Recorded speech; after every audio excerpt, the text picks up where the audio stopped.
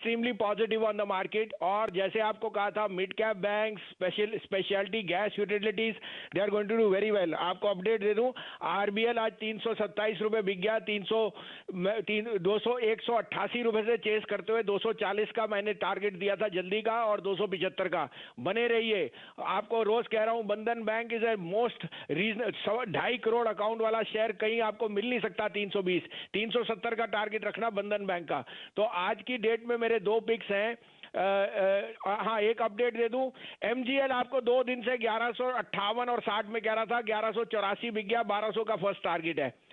अब आपकी 2 पिक्स हैं, आप कहे तो मैं शुरू करूं। जी हाँ सर, प्लीज बताइए।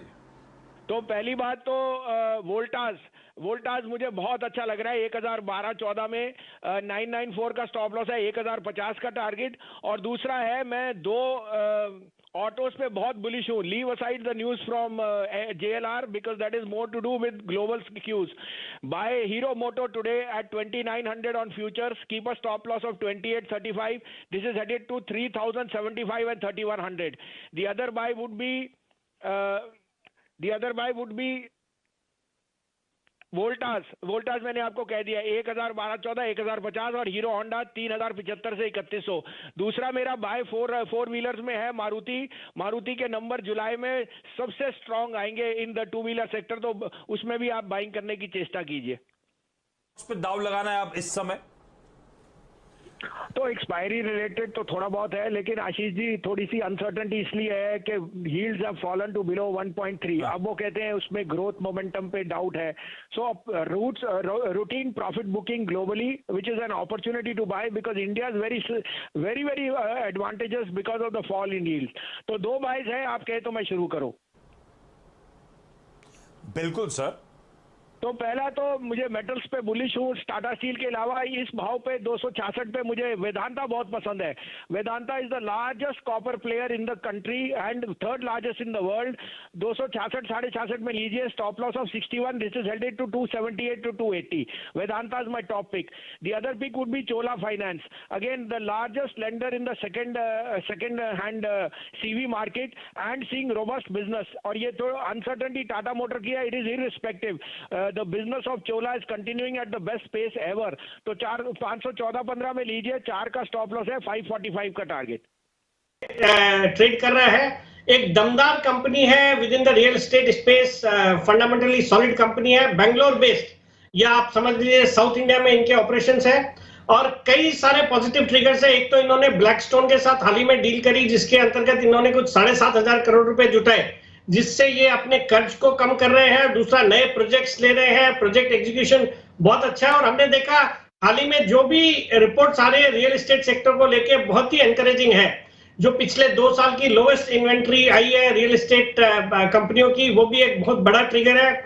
उसके अलावा जो गवर्नमेंट का फोकस है रियल एस्टेट के ऊपर, फिर आपके जो इंटरेस्ट रेट्स है जो हाउसिंग लोन पे, वो भी काफी मतलब मेरे ख्याल में लाइफ टाइम लोज पे चल रहा है, वो भी इंटरेस्ट रेट, तो उसके कारण से भी डिमांड है। और कंपनी के मार्च तिमाही के नतीजे बहुत ही दमदार थे।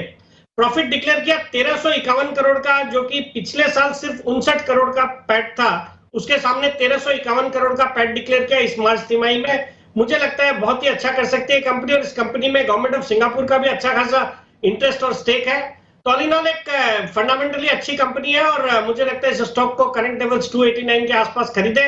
मेरा इसमें 9 से 12 महीने में 375 रुपए का टारगेट है। जो आज का मेरा पोजिशनल स्टॉक है, टेक्सटाइल स्टॉक है, पूरा सेक्टर फोकस में है। यहां से मैंने पिक किया गोकुलदास एक्सपोर्ट्स को, जो कि 175 के लेवल पे ट्रेड कर रहा है। इस स्टॉक को हाल ही में मैंने जो सदाबहार सिटी साहब सेगमेंट में भी 135 के लेवल पे रिकमेंड करा था 155 के टारगेट के लिए, जो कि मीटअप होकर अभी 175 पे ट्रेड कर रहा है। बट एक बहुत ही दमदार कंपनी है, पूरा सेक्टर टेक्सटाइल जो सेक्टर है बिल्कुल फोकस में है। और जिस तरह से एक चाइना +1 की स्ट्रेटेजी इंटरनेशनल ब्रांड्स ने अडॉप्ट करी है, तो उसका फायदा देखने को मिल रहा है पूरे टेक्सटाइल सेक्टर को। सरकार ने भी PLI स्कीम के अंतर्गत इनको बेनिफिट्स दिए हैं। और आज ये जो नए मंत्रिमंडल का विस्तार हुआ, जिसमें पीयूष गोयल साहब को टेक्सटाइल सेक्टर का भार दिया गया है, वो भी बाजार को पसंद आना चाहिए। काफी एग्रेसिव और अच्छे तरीके से काम करने वाले मिनिस्टर है। मुझे लगता है ये सेक्टर बिल्कुल यहाँ से अच्छा करेगा। और इस कंपनी के फंडामेंटल्स भी जबरदस्त है, एक बहुत ही जबरदस्त ऑर्डर बुक है, फिर इंक्रीमेंटल ऑर्डर्स भी बहुत ही जबरदस्त है। और company running at full capacity. मुझे लगता है ये स्टॉक आने वाले दिनों में बहुत अच्छा करेगा। मार्च क्वार्टर के नतीजे बेहद ही दमदार थे। पैट आया 16 करोड़ का, जो कि पिछले साल सिर्फ 5 करोड़ का पैट था, और मैं एक्सपेक्ट कर रहा हूं इस तिमाही के नतीजे भी बहुत ही दमदार होंगे। तो इसमें पोजिशनली खरीदारी करने की सलाह है। मेरा इसमें पोजिशनली 200 रुपए का टारगेट है, 165 का स्टॉप लॉस है श्री संजीव हसीन जी के पास।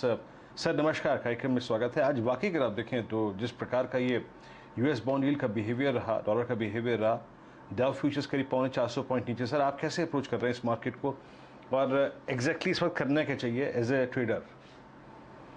हाँ, गुड आफ्टरनून वीरेंद्र जी। तो डाउ फ्यूचर से तो मैं सौदा कर नहीं सकता, मेरे को तो यही सौदा करना है, और वहाँ ग्रीड और फियर चलते रहेगा। पहले 1.75 का बॉन्ड हुआ तो आपको घबराहट है, अब 1.30 हो रहा है तो आपको घबराहट है।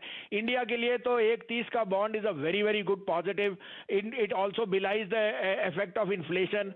तो मैं तो इंडियन स्टॉक्स पे कंसंट्रेट करूंगा, और 2-4 दिन की बात है, आपको कह दिया है, 15 आज नहीं, हफ्ते 10 दिन में 15 तारीख के बाद आपको 16,000 के दर्शन हो जाएंगे। और इस समय बैंक्स में रुझान रखिए। लार्ज कैप्स में आपको 3 बिग मैं स्टॉक्स बताता हूं, रिलायंस, एचडीएफसी बैंक और मारुति। इसमें सिप कीजिए for a daily basis, you will make lot of money. आज के 2 नहीं 3 कन्विक्शन पिक्स हैं, आप कहे तो मैं शुरू करूं। जी हाँ सर, बताइए प्लीज।